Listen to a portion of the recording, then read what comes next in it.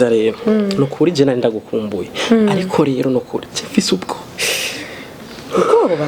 kuri fise ubwoba ujya mugabo wawe je ndamutinya cyane kuko nk'ubu ari nzasanga ngaha akarinda menya ko je nawe dukundanye. Umviriza rero niwe yumva amahoro. Umugabo wanje yagiye safari kandi zomara iminsi 3.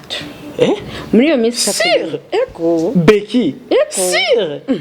neno kubera iminsi 3 umukozi namurungitse rugura aze kuramutsa bate abantu nyene biwawe nyene. Umviriza rero ndakubwira we ni wisanzure wiyumva amahoro urumva no munsi ninjewe nawe. Umviriza ndakubwira nimba uri sire ko atari hari n'umukozi akaba atari hari waruvuga ngo urankunda ubona gute kwanza Umviriza rero ndagutera cyane nari nkumbe bavugana bwawe subwanwa bwiza gusa ubwo mwene bakumyene bakamarira nk'uko usubira nyine dushishemo n'agatsintiro baby waka oya ngoba usanga nimwe babagabo baza kwikorera imyavu umbwiye ko atamuntu numwe nani hari umwana afise sawa mugaso nari mugoro umugabo nari safari ndakubwira ubwo akagabo kawe nta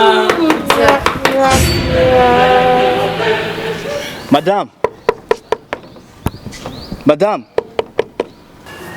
nta wundi n'umuga kandi vema aranyije yarambutse umviriza wowe azo kugira sana ndamurugo kwiwe atamugenzi wiwe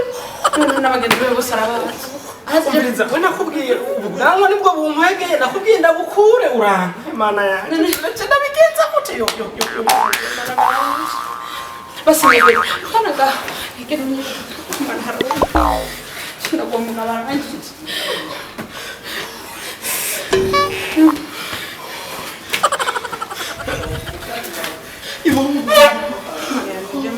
mana yanjye sindabigenza ngo waje gukora ikikawe umviriza ndakubwiye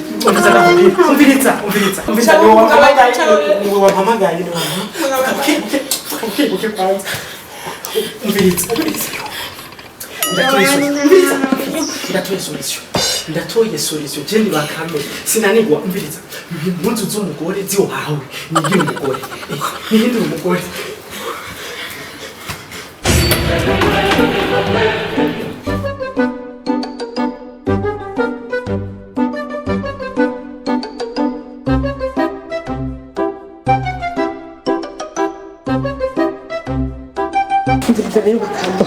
uzanye vya bakame kandi wavuga nitwayisha ubona ko nambaye nk'abayisilamu okay sawa rero kanigena naho wewe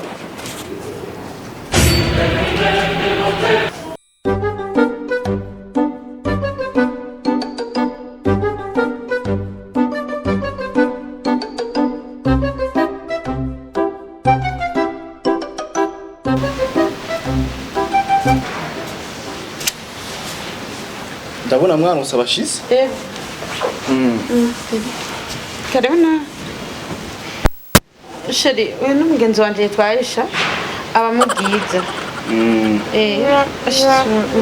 Aisha ni sawa alhamdulillah karibu isanzure asante uri muhira mbe wa muzimanye oya yarashitse ubunyene ahubwo shi nere wewe byagenze gute wagize ikibazo nyabaki cyugaruye kubera ko ngaruse mu gwanje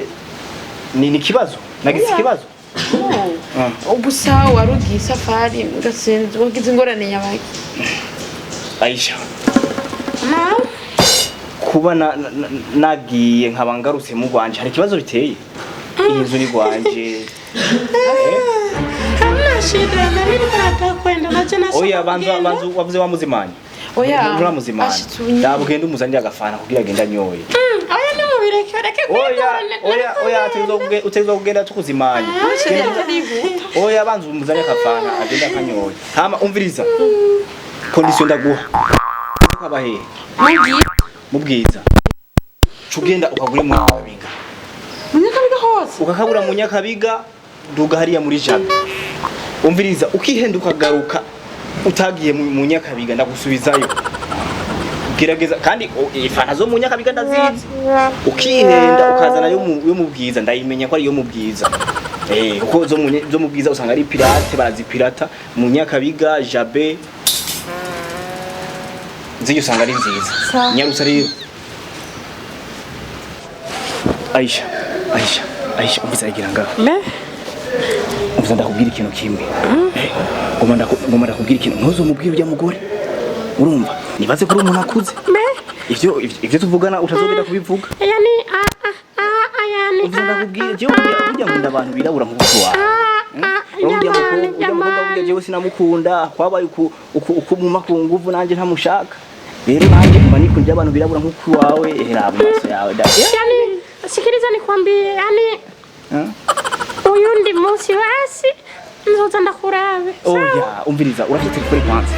ani telefone yazanye bose gabasha nta telefone ufite basi chukua namba basi hivyo hapana asiya kwanza sogea ibu ndabwira banza wigire ngaho reka gutinyura kuze Aisha nsoma basi gatoda kuri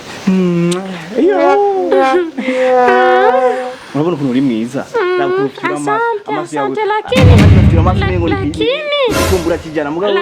wewe uri ifige haicha mu mazi gende lakini ujue uko mume wa mtu sawa urumva yuko ni bibi ufise umugore yani ujya mugore wanje no cha ndamuheba wewe ukabari umugore wanje inzu mushaka kuba muri inzu iraharabi inzu kuno iyo kiba gwawe kujya irigwa ngaha ni wowe uca wirirwa ngaha Aisha umviriza inzu yose nizogura wewe jewe nzogomba mbere nimuke ndayiguhebeye wanifana kure wamuzaniye yafana kugira ngo usigarura mutongoza wayibuze yafana urafise umutima wewe oya ngomba kumenya urafise umutima n'ubwenge je ndashobora kugenda ugasigara tangoza umugenzi wanje abagabo muri 2023 umbara bwiri kintu kimwe ura bagenzugira uyu mugenzi wawe si mwiza urabona ukuntu yankuyino ankwegino uvuga utaravuga nakindi kintu kimwe byiza uwo musohora cyane genda mwisohorera kubera tabwenge ugira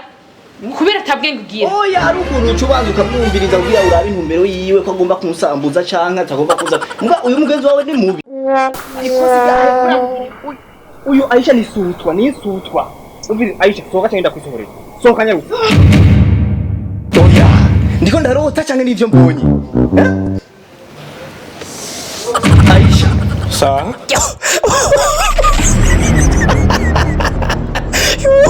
Kindi Media